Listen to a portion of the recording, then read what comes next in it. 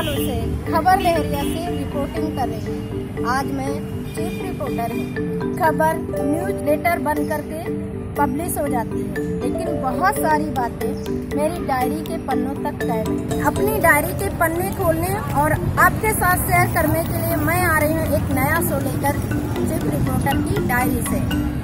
Hello दोस्तों, मैं हूँ मीरा। मेरे शो चीफ रिपोर्टर की डायरी से के 33वें एपिसोड में आपका बहुत बहुत स्वागत है। मैं हाजिर हूँ एक नए अनुभव के साथ। पिछले साल इसी मौसम में मैं नरैनी क्षेत्र के शाहपाटन गांव कवरेज करने के लिए गई थी। नरैनी से लगभग 20 किलोमीटर की दूरी पर बसा है यह गांव। ऑटो में मैं नरैनी से बैठी और मेरे साथ उस गांव के बहुत सारे लोग भी सफ़र कर रहे थे। गांव से लगभग 3 किलोमीटर की दूरी के पहले ही ऑटो ड्राइवर ने हमें उतार दिया। वहां से हम 3 किलोमीटर पैदल जाने के लिए चल रहे थे। बीच में ही लोगों ने बहुत सारी समस्या उस गांव के बारे में बताए। बिजली, पानी, सड़क और स्वास्थ्य से जुड़ी हुई अनेकों तरह की समस्याएं। लेकिन मेरा दिमाग उस स्थिति को देख रहा था जो कि पूरा गांव का गांव पानी से घिरा हुआ था।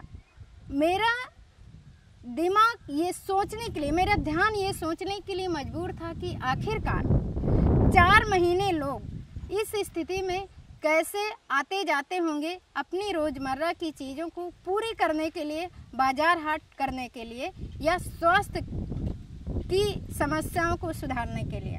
जैसे ही मैं गांव के अंदर घुसी, देखती हूँ कि पूरी रास्ताएं कीचड़ से भरी हुई हैं। बहुत सारे लोग मुझे ही देखे जा रहे थे। ऐसे उनको लग रहा था कि मैं उनको कुछ देने के लिए गई हूँ। जैसे ही मैंने उनसे पूछना शुरू किया और मैंने शुरू किया कि लोग फूट पड़े। महिलाएं, पुरुष, बच्चे सब ऐसे घेर लिए मानो मैं उनको कुछ, उनकी जो उम्मीदें हैं वो पूरी करने आई। लोगों ने बताया कि यहाँ पर किस तरह से वो लोग पूरे के पूरे 4 महीने किस तरह गुजारते हैं। पूरा दिन वो पानी में ही चलते हैं। मैं खुद में जब 2-3 घंटे गांव में बिताए तो मेरे पैर पानी से फूल गए।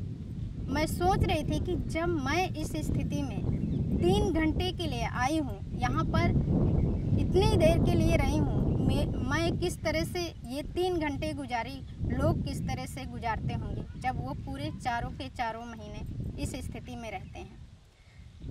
लोगों को लगा कि उनकी समस्याएं अब तो हल ही हो जाएंगी, लेकिन मैं उनको बहुत मुश्किल से समझा पाई कि मैं पत्रकार हूँ, किसी प्रशासन से नहीं। लोगों का गुस्सा ऐसे फूट रहा था जैसे मुझे लगा कि उसकी दोषी मैं ही हूँ।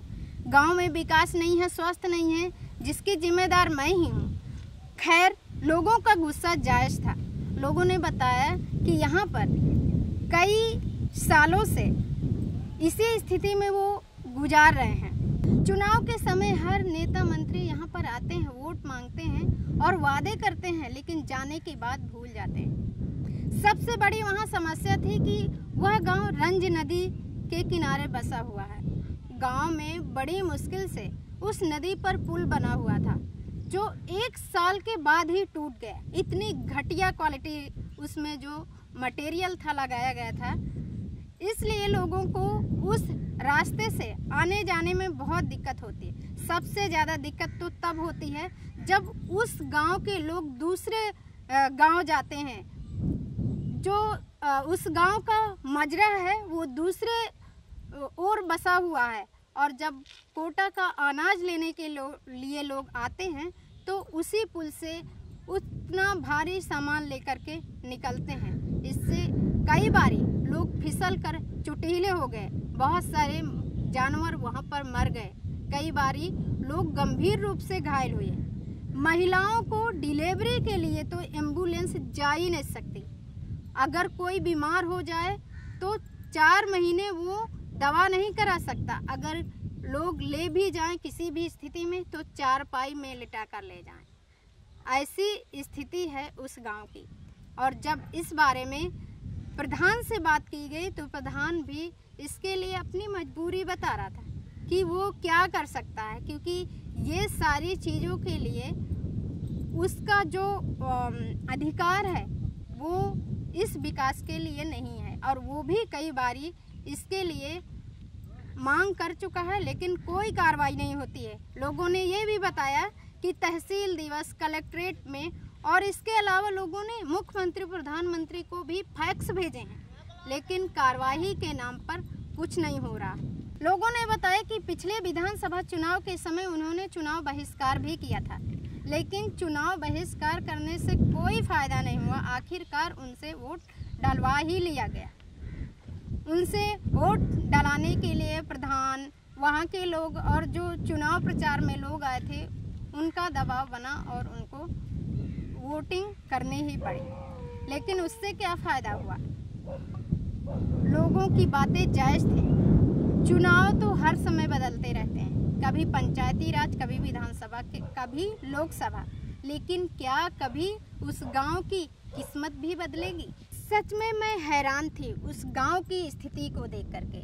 मैंने उस गांव में 3 घंटे बिताए। मेरे चप्पलों में लगी हुई मिट्टी का भार 2 गुना हो गया था। चलने में इतनी दिक्कत हो रही थी और मेरे पैरों की चमड़ी फूल गई थी। मैं सोच रही थी कि हर साल आज़ादी के दिन मनाए जाते हैं, ये कैसी आज़ादी? बांदा जिले में कई ऐसे गांव हैं जिनको नाम मैं उंगलियों में गिना सकती हूँ।